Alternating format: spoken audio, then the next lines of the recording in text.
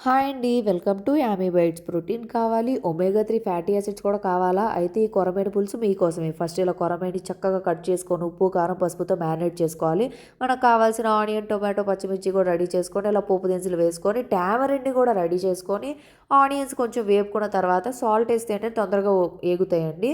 So, తర్వాత మనకు కావాల్సిన అల్లం వెల్లుల్లి పేస్ట్ కూడా వేసుకొని పచ్చివాసన పోయే వరకు ఉడికిన తర్వాత ఇలా పసుపు, కారం, ధనియాల పొడి, జీలకర్ర పొడి కూడా వేసుకొని చక్కగా అటు ఇటు సార్ట్ చేసి ఇలా ఆయిల్ తేలే వరకు బాగా మనం ఉడికించాలండి. ఆ తర్వాత మనం మ్యారినేట్ చేసుకున్న ఫిష్ పీసెస్‌ని కూడా వేసుకొని అటు ఇటు చక్కగా కుదిలిచ్చేసేసి మనం నానబెట్టుకున్న టామరిన్‌ని కూడా చక్కగా ఇలా రసంలా తీసుకొని మనకు తగినంత రసం అయితే చక్కగా ఇలాగ మునిగే వరకు వేసుకొని ఇలా తిప్పుకోవాలండి. ఇంక గరిటె పెట్టకూడదు, చిరిగిపోతాయి.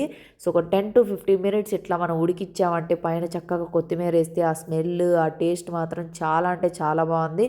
సో, మీరు కూడా తప్పనిసరిగా ట్రై చేసి ఎలా ఉందో కామెంట్ చేయండి.